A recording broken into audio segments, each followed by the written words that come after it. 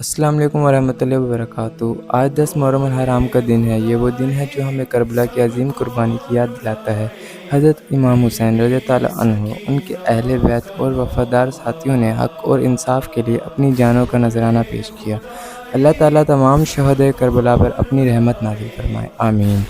آج کے اس ولاگ میں ہم آپ کو ملتان شہر کے مختلف علاقوں کا سفر کروائیں گے اور دکھائیں گے کہ عاشورہ کے دن شہر کا ماحول کیسا ہوتا ہے۔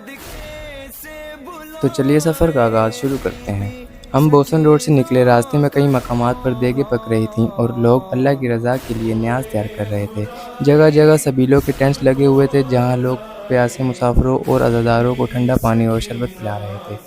اس کے بعد ہم نے گاڑی میں پیٹرول بھروایا اور اپنا سفر جاری رکھا۔ دولت گیٹ سے ہوتے ہوئے ہم قلعے کی فصیل اور تاریخی خونی برج روڈ پر پہنچے۔ یہاں سیکیورٹی کے سخت انتظامات نظر آئے۔ مختلف مقامات پر سیکیورٹی پرسنل ٹینٹس کے نیچے اپنی ڈیوٹی انجام دے رہے تھے تاکہ تمام جلوس پر امن انداز میں گزر سکیں۔ اسی مقام پر ہمیں مشہور استاد شاگرد کا تعزیہ نظر آیا جو اپنے جلوس کے لیے تیاری کر رہا تھا۔ عقیدت مند دور دور سے حاضری دینے کے لیے پہنچ رہے تھے۔ آگے بڑھتے ہوئے ہم پاک گیٹ اور حرم گیٹ کے درمیانی راستے میں پہنچے، لیکن یہاں روڈ بند تھی اور مزید آگے جانا ممکن نہ تھا۔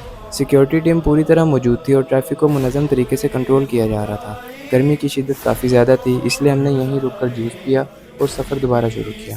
روڈ بند ہونے کی وجہ سے ہم نے صرافہ بازار کا راستہ اختیار کیا۔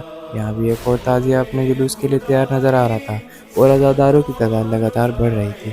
صرافہ بازار سے نکل کر ہم بوہر گیٹ کی قدیم گلیوں میں داخل ہوئے۔ یہاں ہمیں حلیم کی نیاز کھانے کا شرف حاصل ہوا۔ انتظام کرنے والے بھائیوں نے نہایت محبت اور اخلاص کے ساتھ مہمان نوازی کی۔ ہم دل کی گہرائیوں سے ان تمام خدمت گزار حضرات کا شکریہ ادا کرتے ہیں اور اللہ تعالیٰ سے ان کے اس اعمال کو قبول فرمانے کی دعا کرتے ہیں۔ اس کے بعد ہم چوک شہیداں کی طرف بڑھے، لیکن یہاں بھی روڈ بلاک تھا۔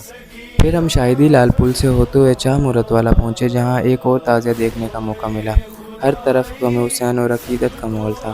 وہاں سے ہم اولڈ سٹی اسٹیشن کی طرف گزرے اور اپنے مرحوموں کی قبروں پر چڑھانے کے لیے پھول خریدے۔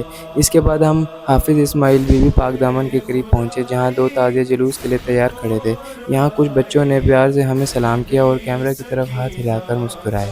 پھر ہم قبرستان پہنچے جہاں سب سے پہلے والد صاحب کی قبر پر حاضری دی، تختی پر جمی مٹی صاف کی اور فاتحہ پڑھی۔ اس کے بعد دادا ابو کی قبر پر گئے جہاں ان کا نام تختی پر واضح نظر نہیں آ رہا تھا۔ ان کے بالکل قریب میرے پردادا کرم الہی اور ان کے بھائی فضل الہی کی قبر بھی موجود تھی۔ ہم نے تمام قبروں پر پھول چڑھائے، فاتحہ پڑھی اور اللہ تعالیٰ سے ان سب کی مغفرت اور بلند درجات کی دعا کی۔ قبرستان سے نکلتے ہی ایک بزرگ شخص کو خدمت خلق کرتے دیکھا جو محنت مزدوری کے ساتھ اپنے کام کو سر انجام دے رہے تھے۔ ایسے لوگ واقعی قابل تعریف ہیں۔ تھوڑے آگے بڑھے تو پیر محمد رفیع الدین شاہ کا مزار بھی دیکھنے کو ملا۔ اس کے بعد ہم لکڑ منڈی سے ہوتے ہوئے ریلوے کراسنگ پر پہنچے اور ٹرین کی پٹریاں کراس کر کے اپنا سفر جاری رکھا۔ ڈاک خانہ روڈ، پرانی سبز منڈی اور ڈیرہ اڈا ملتان کے علاقے میں بہت بڑا جلوس نکلنا شروع ہو چکا تھا۔ ہر طرف عزاداروں کی بڑی تعداد موجود تھی۔ سیکیورٹی کے سخت انتظامات کیے گئے تھے اور پولیس کے ساتھ ریسکیو اور دوسرے ادارے بھی اپنی ذمہ داریاں بخوبی ادا کر رہے تھے۔ یہ دیکھ کر تسلی ہوئی کہ تمام انتظامات امن اور حفاظت کو مد نظر رکھ کر کیے گئے تھے۔ آخر میں ہم نواز شہر سے ہوتے ہوئے آرٹ کونسل روڈ کراس کر کے اپنے گھر کی طرف روانہ ہو گئے۔